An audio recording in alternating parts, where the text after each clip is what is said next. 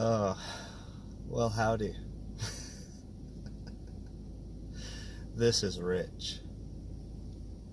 So my Facebook friend, Aaron Kennedy Jones, has accused me of hate speech. And I think that's hilarious. Because anyone who actually knows me knows that I don't harbor any hate for anybody. So, Aaron makes this post. He puts it up. Or he doesn't make this post, he shares this post, excuse me. About this gay person who wants to be a pastor in the United Methodist Church. Well, of course, the United Methodist Church just recently ruled not to allow open and practicing homosexuals to become ministers. Or to marry them. So, you're welcome into the community, we welcome you in love, that's kind of the Methodist thing. But we see your lifestyle as a sin, and we're not going to condone that. We're not going to encourage that by honoring gay marriage or by allowing openly gay people into the cloth. So there's this huge chain of back and forth and back and forth and back and forth. And I post one comment. And in that comment I say, "We are called to love, not to condone sin of any nature." And then I go on to make the point that if you love someone and you see them sinning, you would tell them, hey, you are sinning. This is wrong. You would bring it to their attention. Because it's easy for things to slip by sometimes and not be noticed by yourself. And then I also went on to say that the reason that most Christians would say this to someone who's a practicing homosexual or openly gay is not because they don't want them to be gay or they have a problem with them or with that necessarily. It's not that they have any hate or ill will towards someone like that with, in this situation. It's that they love them and they're in fear for their well-being. So they're saying, hey, biblically, scripturally, this is not okay. The word sodomy literally comes, we get that word from Sodom, which was a city, Sodom and Gomorrah. There was two cities. Sodom and Gomorrah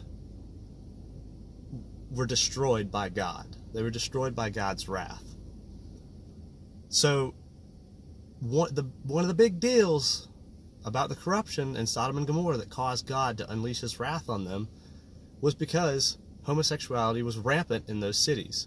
And the men in those cities were wicked. They were openly homosexual, and they wanted to have their way with some messengers from God. And Abram wanted to argue for the saving of these cities, and there's this huge back and forth between him and God, and it goes on and on and on.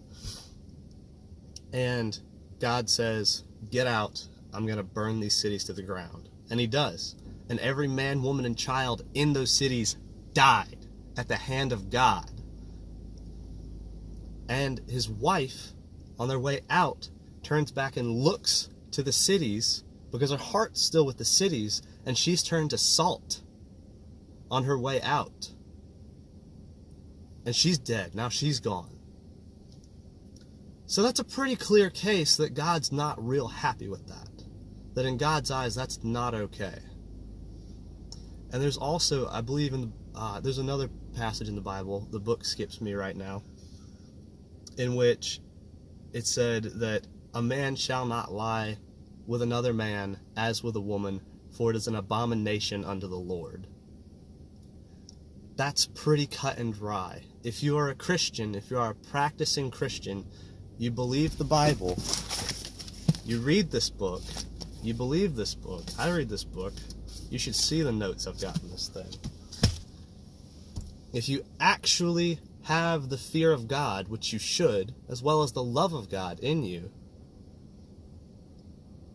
you would not support that. You would not support someone living a life in sin in the same way that you would not support someone who is a glutton, in the same way that you would not support one who is a drunkard, You would not support those sinful lifestyles in the same way you should not support the sinful lifestyle of homosexuality.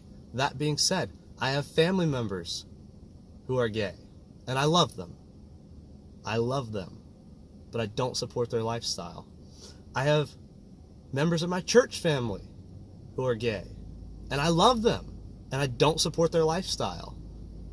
I have friends, secular friends, who are gay, and I love them, and I don't support their lifestyle. And if one of them needed something from me, I would be on my way to help them at the drop of a hat. It is not about hate. Christians don't hate homosexuals. I mean, the Westboro Baptist Church, but I would argue that they're not even Christian. That's really, I mean, what else is your other example of Christians hating people who are gay? Or, you know, LGBT, LMNOP, whatever. They don't. They love them. They're in fear for their well-being and for their salvation. They're in fear for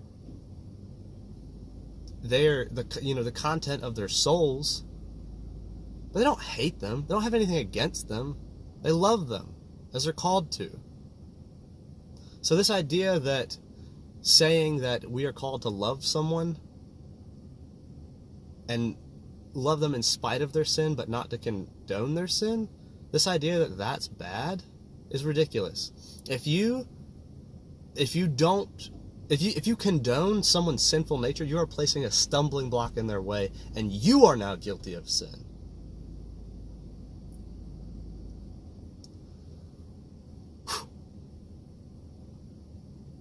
It's not a malicious thing for Christians.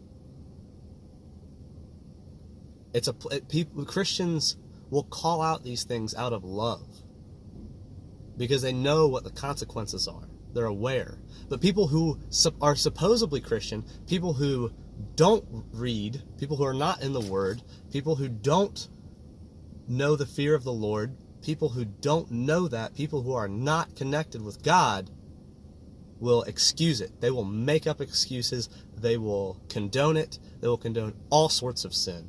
And so that is a very good litmus test for someone to see whether or not they really believe this book, whether or not they really have any sort of walk with God. Because if you know what's in this book, if you know the message he's given to you, then you can love people better, first of all, but you can love them and help them and guide them in spite of their sin. You know, you are better equipped to serve people. And you also know what's acceptable in God's eyes and what's not. And you can help other people come to understand that. And at the end of the day, it's their decision, not yours, of course. But you can let them know that they have a decision to make. And that matters. I think that's all I've got for today. First time being accused of hate speech, and I think that is hilarious. Because it's not. Plain and simple. If you're a Christian, you know it's not. So I think that's very revealing. Hope you all have a great day. Peace.